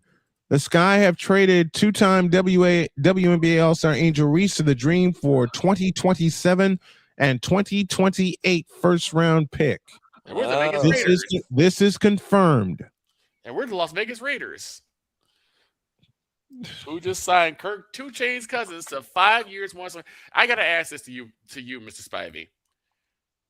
What does this say about Vegas that they would sign Kirk Cousins to a 5-year deal, knowing they're going to get the #1 pick in the draft? Well, essentially, does this sound familiar to you? That the Falcons did the exact same thing? That's where I'm thing. going to go. Like, it doesn't make sense because, like, at least with the Falcons, it's like they were later in the draft, so they weren't quite sure who they were going to get. But this one, you're the #1, and you're drafting Fernando Mendoza. Yeah, Mendoza's. Well, I don't understand if you knew that. It's not just a one-way street here. Why would Kirk Cousins sign with the Raiders knowing this? Now with the Falcons, he did not. With the Falcons, he did not know that. They did not tell him about this. They didn't tell him about Penn. They didn't tell him about Penn. This is different. He knows darn well that Mendoza is going to be #1 pick. So why go there? I'm thinking this was like maybe a 1, maybe 2 year situation where he's going to be there, probably kind of do what they did with Penix, where he kind of takes the helm, kind of shows Mendoza the ropes, and then he'll. Yeah, but I mean, there are plenty of other teams that truly need starting quarterbacks. True. Right. Why not sign with them? Right. I'm just like, this is crazy. I am floored. I'm floored that Kirk Cousins took this. Essentially, from what I'm hearing from my sources, essentially, even though it looks good at a 5-year, $172 million contract, essentially, it's the same situation. It's really a 1 or 2 year deal, essentially. Yep. Yeah, it's a 1 or 2 year deal. It's the same situation that we had in Atlanta. But basically, the Falcons let him rot. Yes, they did. Because after he got injured, especially after he got injured, and that injury kind of sped up the process for them to develop Michael Penix, who isn't developed yet, by the way, folks. Morris fired too. It did. It got Raheem Morris fired. Well, the bigger question, which is the NFL question, how much of that 5-year contract is guaranteed? I think hardly ever a contract is guaranteed after 1 or 2 years. I mean, I hope. I hope what he signed isn't all 5 years are guaranteed, but you've seen it a million times where the first 2 years are guaranteed, and they can just cut them at the end of the 3rd year, and get out scot-free from that contract. So unless you're Deshaun Watson. Unless you're Deshaun Watson and you're forced with that, and you're the Cleveland, and we're the Cleveland Browns. And we're the Cleveland Browns. Brownsville Brown. There's another Yeah. question I wanted to ask, and since unlike some individuals down south, we actually do talk baseball, Yes, we do. and I'm glad Mrs. Spivey is here. I went on a bit of a tirade this past Thursday about the lack of fundamentals. What is one of the fundamentals that you have seen as sorely lacking, or a list of them, Mr. Spivey? What have you seen as sorely lacking in today's baseball product? Well, one thing I saw over the weekend, I watched quite a few games over the weekend, is that pitchers aren't covering first base on ground balls. Nope. One of them just stood there and watched. You know what? When he finally realized what happened, he was waylaid. You know what? That was when I was playing baseball, that was one of the first things as a pitcher that we were told. Get your blank over to first base on a ground ball on that side, because you never know when you need it. But my biggest one by far, I don't care what analytics tells people. If you're a Major League Baseball player and you can't lay down a bunt, you should be a Major League Baseball player. Absolutely. I agree. I would just No, say I that agree. we used to have people who we used to call claw machines, and the reason why I call them that is because when they laid out a bunt, they laid out a bunt so perfect in one spot that they know that no one else can get to it. So either they get the person over or they reach on base, and sometimes it was both. You don't see people practicing bunts. You don't see people practicing squeezes. You don't see people practicing like. Oh, say that again. Say that situation again, Victor. Say that situation again. A squeeze. You don't see people. You don't see people coming to first base on a grounder. You barely see people do an effective rundown. Never. You know what? It's like this. I don't know if you saw. It's not even bunting. It's not even bunting. I mean, bunting is we talked about this before. It's something everybody does. Everybody practices it. Everybody does it.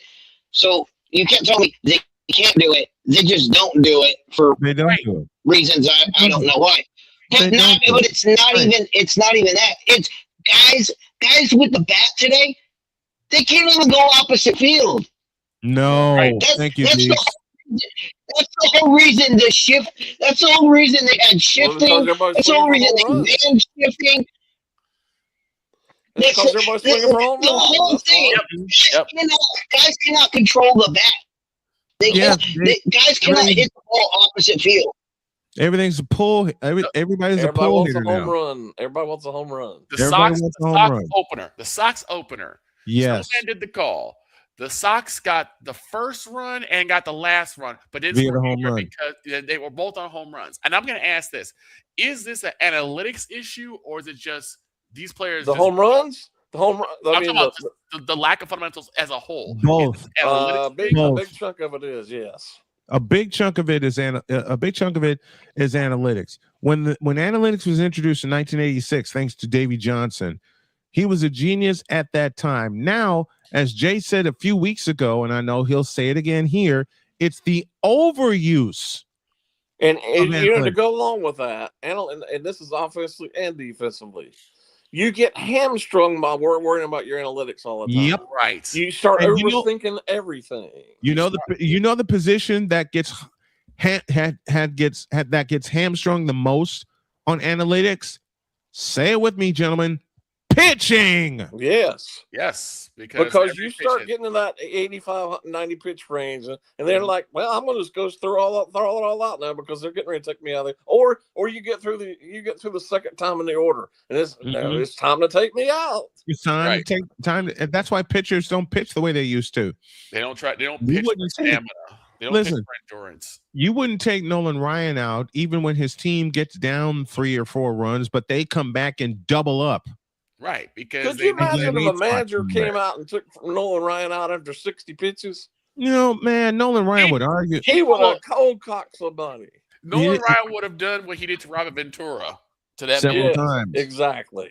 I'll give you the best. I'll give you the best example of a pitcher wanting to a manager wanting to remove a pitcher, and the pitcher said, "No, I'm going to finish this." Go back to 1991, Game 7 of the World Series. Scoreless tie after 9 innings. Tom Kelly, the late Tom Kelly, told Jack the Cap Morris, "I'm pulling you so we can get our bullpen into the 10th inning." And Jack Morris argued him to the argued him to the end and said, "No, I'm staying in and I'm pitching that 10th inning."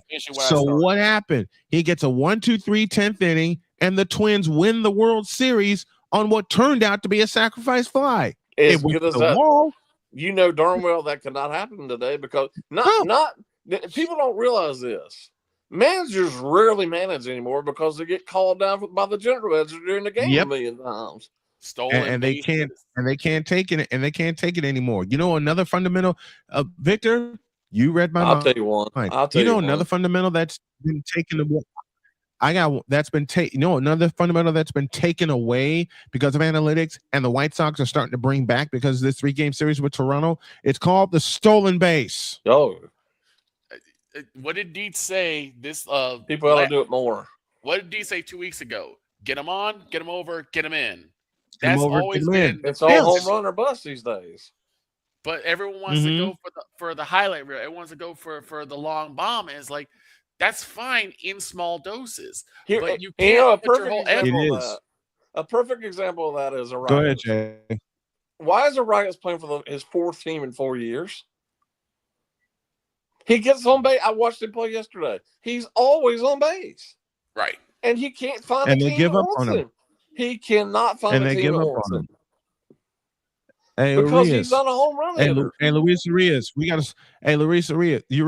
spot for you on the south side because we're developing our love to run again. Well, you got a whole lot of issues with South Side. Yeah. Well, yes, we do. Mainly, it's just hitting the run scoring position. There's no situational hitting. There's no situational vision for pitches because to see how many of those pitches at the White Sox were basically pitches you had no business swinging at, and they still swung and forced themselves to the ground. Listen, that Miami series. One of my bigger ones is not hitting your cutoff man. Right. Yeah. You got to hit your cutoff man. 3 errors in one game against Miami. 2 of those is when they couldn't hit the cutoff man, and the throw went to the plate when it shouldn't have. Yep. 2 of those 3 errors, all 3 of those errors that I saw in that game I did in Miami could have been prevented. It's just very Well, disappointing. you know why people don't hit the cut. You know why people don't hit the cutoff man anymore. They're trying to make the play And for the it's highlight. it's because of the greatest play in the history of baseball. Jeter. Where Derek Jeter, the throw missed the cutoff man by a mile, and Derek Jeter just happened to be there for reasons no one can explain. Derek Jeter just happened to be there to flip it to the catcher. He knew where he was supposed for to no be. reason. Yeah. He knew where he was supposed to be. How many? Derek Jeter was the shortstop. He had no reason to be there. He had to back up the backup guy. It was just instinct beyond instinct that Jeter said, "I better be there." The ball happens to get to him, and he flips it. And that's why Jeremy Giambi, the look on Jeremy Giambi's face when he got tagged, he was like, "No, he's not supposed to be there." Yeah, but you should have slid. Yep. Yeah. Considering how Napoleon And a reacted, great I'm tag guessing at this is the against plate. the A's. And a great tag at the plate by Jorge Posada. But again, Giambi should have slid. Yep. He slides. He saves. That's why everybody's just trying to hose. Everybody's just trying to hose everybody instead of hey, hit the cutoff and hit the cutoff. I mean, that again, these are like we do football 101. This is baseball 101. Like this is stuff you learn in Little League. It is. Yeah. It is. How many times I played, I was that cutoff man. How many times you gotta hit your cutoff man. Go ahead, Victor. How many times did we see that in Ho Chunk? Oh my God, yes. Fundamentals being played to perfection. That's another thing. Sliding. Why is it that people don't know how to slide anymore? Nobody tries it. Nobody tries. That's right. Nobody tries it. Or a large part because there's nobody stealing any bases. That's also true.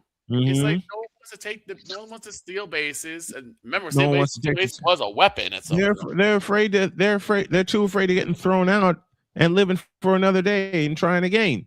And trust me. You know the best base stealer. It's also the rules. Mm-hmm. The rules of baseball. I mean, just look at the play at the plate rule. That's a reason people don't slide is because they've taken the play at the plate. They've basically taken it out of the game.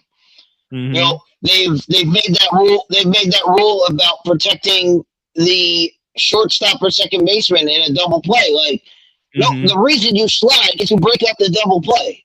Right. Like that's what you're trying to do. But they've made it so that if someone does that and somebody happens to get hurt, they're going to punish the guy who slid. So it's almost like why slide? It's almost like, hey, this is working against me here. But that's part of baseball. Like you slide in the second to break up the double play. Love Gun Merchant mentions a comment, and we talk about this in college football every week. He says, imagine a world where state-funded attendance to sports games was part of the civilian life. Love Gun, and he says this is not a new idea. Love Gun, you're absolutely right. It's called the Southeastern Conference for football. The SEC. Well, he's got a case in, he's got a case in saying that we're basically a state-run country right now. Yep. Well, because we are. Yeah, we are. Think about the wrestling event that was in Korea, where everyone was expected to attend. Mm-hmm. That's another. How about making the Army Navy game a one game day? Yeah, that makes no sense to me. If you're going to play on one day, that's fine, but you can't make it just one game. Right. Right. Yeah, that's weird. That's weird. What? Well, don't even get me started. Go ahead, Jay. That's why you're here. Go with it. It's because he's allowed to get away with whatever he wants to do. Is why. Mm-hmm. I mean, why was he getting involved with the NCAA this weekend? Because he could. I don't like the transfer portal either. I get it, but why is he getting involved? No clue. Because he can. Don't we have bigger pride than his worrying about the NCAA? Right. Look, if he's not attending the events, why should he care? That's because there were petitions put forward by and I want to say it was the Big 12. Why is he the Big 12 commissioner put a commission and sent a report to the to Congress, and they actually had to vote on it. Like that's why it got through all the levels, and it got sent up to the president's desk. Like it's not just hey, they went to Donald Trump and Donald Trump went, I have to do this. It went through the Senate. It went through Congress and the Senate. Congress can't do anything, so why are they getting involved with this? This is not even under their purview. It The is. same reason they got involved in steroids back in the day in baseball. Because don't they have bigger? I want to say this one more time. Don't we have bigger issues to deal with? Yeah. There's no reason to. We have much bigger issues. We do. We got much bigger issues for them. How about giving people health care for one? How about bringing down gas prices and grocery prices and rent prices and giving people free college giving people free health care? How about giving people disability? Why are we in Iran? Why are we in Iran? You beat me to it, Victor. Whatsoever? How about giving people who Victor, say that again, please. Disability? Victor, you got cut off. Say it again, please. How about giving people who deserve disability get disability benefits? 100%. I'm with you 100%. Because how about go ahead. Pre-K and women have a full year maternity leave. Yeah. How come they can't get Victor? Complete your thought. I know where you're going to complete your thought. He's on this show right now. Considering you have a surviving cancer patient, absolutely, cancer, and yet in what we consider one of the richest countries in the world, he can't get disability benefits. I mentioned this on my Facebook page last night. Okay. I watch 60 Minutes every week. I beg people to watch the first story that was on 60 Minutes last night. It's about healthcare in this country. It is a prime example as to why we need universal healthcare in this country. Yeah. Just watch last night's first story, and you tell me what. Let me say it like So this. why is he getting okay? involved with sports? Let me say it like this, and this is very, very y'all know this is very, very personal to me. On Saturday, it was the 4th anniversary of my cancer surgery, and I'm still here. I was basically given a death sentence, and I'm still thinking of putting a lawsuit up Duke University Cancer Center's ass. But I don't want to speak for you. Obviously, we're all glad you're still here, but you can't. I don't want to speak for you, but I imagine it costs you a whole heck of a lot of money and a whole lot of headaches. No Do you know, Jay? That's only a quarter of the story. I can only imagine. We are still. I'm making a conservative guess because my wife is chief of finances in the household. We're still down $1.5 million. I can only imagine. I'm sure you are. Do y'all understand that we're still down $1.5 million? You'll never be able to pay that off. There's just no way. There's no way to. Plus the maintenance medicine that I have to take on a daily basis. The maintenance medicine. And not only that, why is healthcare and drugs so expensive in this country?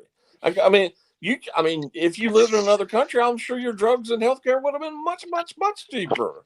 Yep. Yeah, another thing Sig Diggy brings up. What about giving veterans better support in VA? Yeah. Exactly. But since we're talking about all this, I just want to ask Jay one question because Jay, I'm on board with you. I'm on board with what you're saying, but here's all I have to say is, Jay, how many years has this been a problem? For a long time, but at least for a long time, right? And here's my point. And why you said it's a long time. You want to know what? We have had here in Connecticut. We have had the same person in the Senate my entire life. Well, let's have term limits. I'm all for term limits for everybody. That's what needs to change. We need people in there with ideas, because anybody who says, "Oh, it's going to change," it ain't going to change if we keep voting the same people in every single time. It ain't going to work. I'm gonna say it like this: you want to really change it, you got to go local. Federal will only get you so far. You have to change. If your local administrators are not doing their job, you got to get them out of there. Because everyone wants to say about who the president is or who the vice president is. Doesn't matter. What really needs to happen is the local, because they're the ones that are on the boots on the ground. They're the ones that are going to give you the immediate change. Well, I 100% agree with that. I'm all for voting. But everybody always talks about it's up to us. It's not up to us like it used to be anymore. When every district and every county is gerrymandered to the point where it's not accurate as to who's voting where. That's true. Because zoning is always different. Voting zones are always different every year. And it's gerrymandered to the nth degree. Mm-hmm. You know how many times out of the 5 years that I have been here, you know how many times I voted in the same spot? Twice. Every other place I have had to go to a different spot to vote. What's getting harder and harder and harder to vote when everybody should be able to vote? If you're a citizen of this country, you should be able to vote just like that. You get no argument. They want to pass this passport thing. I mean, nobody can afford a passport. No, not anymore. I don't own a passport, and I don't really want to go get one. Going overseas or out of the country. They want to pass this act, the Save America Act, which is ridiculous when there's no voting issues whatsoever. There's nothing wrong with just showing a photo ID, whether it be your driver's license or some other ID. But why do you need a passport or your birth certificate? I have no idea what my birth certificate is. I have no idea about that either. My parents both died. The house was long since sold. I don't know where the birth certificate is. Right. Why do you need? Why I just dealt with this a couple weeks ago. Why do you need a specialized ID to travel when I have all of my travel documentations Exactly. with me? I agree 100%. Like, they made me pay $45 to apply for something online that I already had in my wallet. Right. Right. Well, it was the dumbest thing I've ever been involved in. When they it have to clearly make you says get- in the Constitution, you're a citizen from the minute you're born to the minute you die. You're a citizen of the country. Yep. I don't feel like I gotta honestly tell you after this health experience the last 3.5 years, I don't feel like one.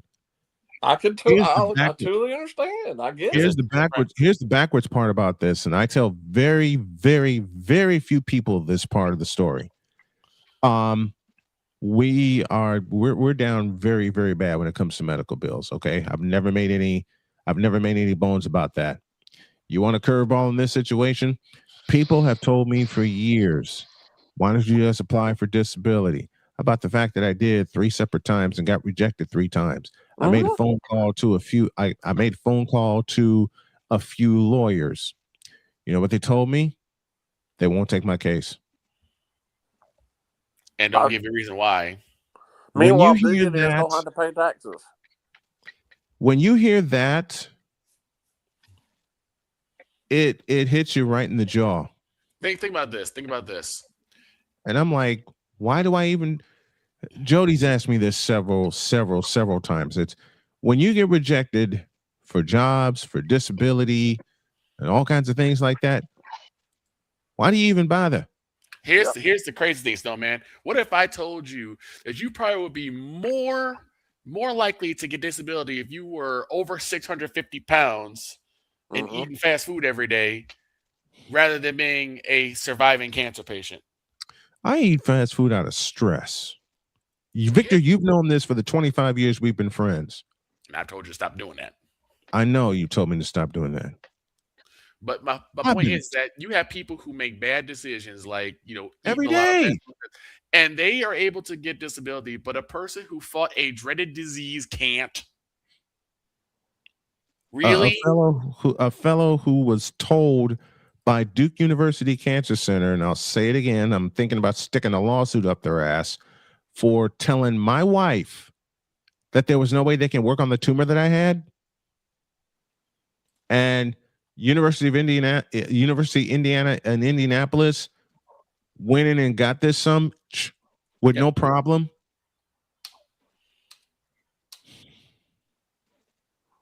It's just aggravating. It's aggravating. But You guys know, You'd be able to get disability more if you told them you wanted to change to Brenda Snow.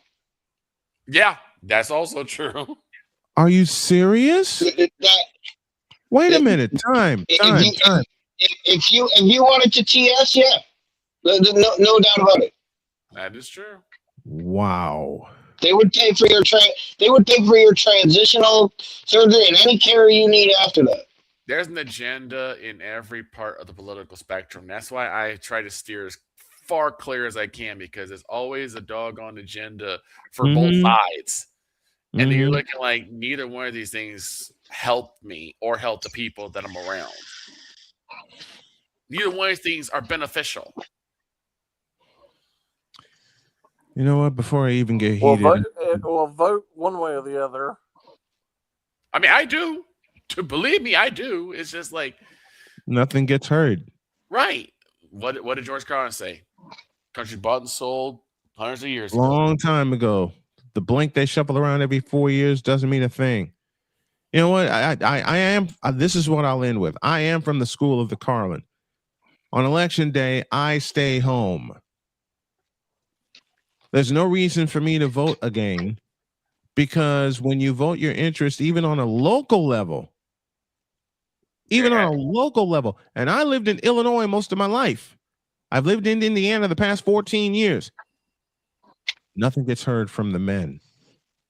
Well, Nothing. I beg you to not feel indifferent. I really beg you to vote one way or the other.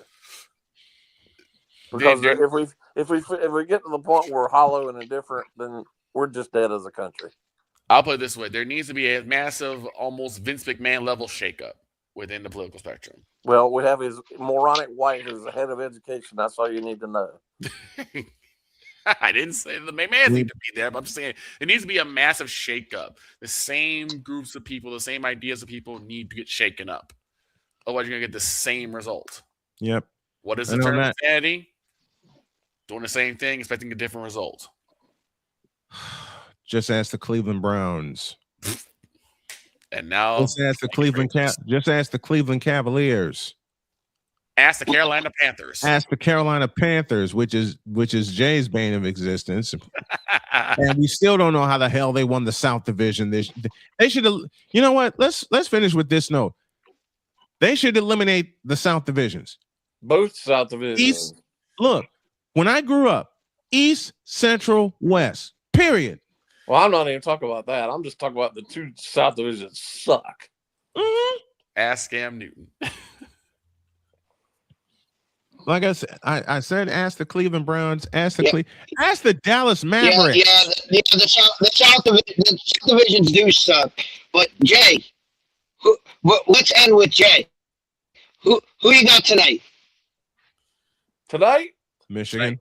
Oh, Michigan for sure. Michigan. Yeah. UConn, if they play anywhere close to the way they played Saturday, they're going to win. And they walked all over Arizona Saturday.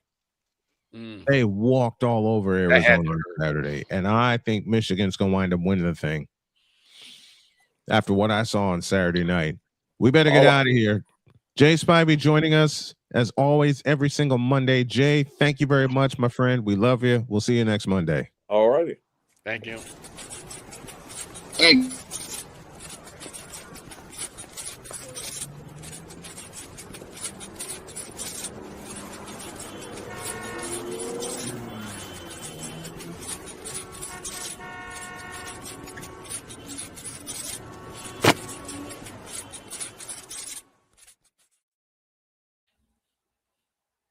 To everyone who tuned in and offered their opinions via the chat, we thank you and we love you very much. My thanks to the panel that joined me, and I'll do a diary of a mad snowman before first pitch tonight on why I don't vote and how it has affected me. We're out of here. Have a great day. God bless. Remember to make your next move your best move, and always remember, if your dreams don't scare you, they are simply not big enough. Dream big, do bigger. We are, and we hope y'all are too. So long, everybody.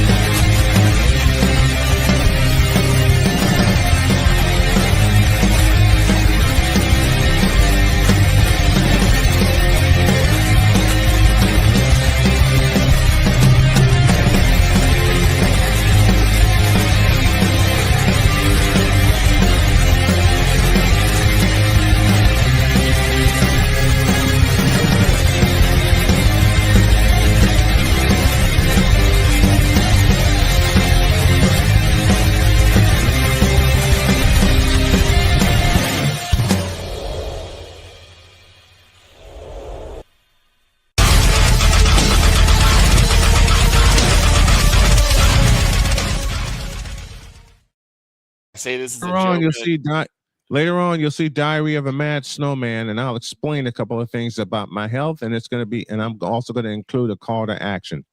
Victor, what were you saying? I say this is a joke and a joke only. If you want to vote for anything, vote for Jerry Jones out of the owner's box now. See you later.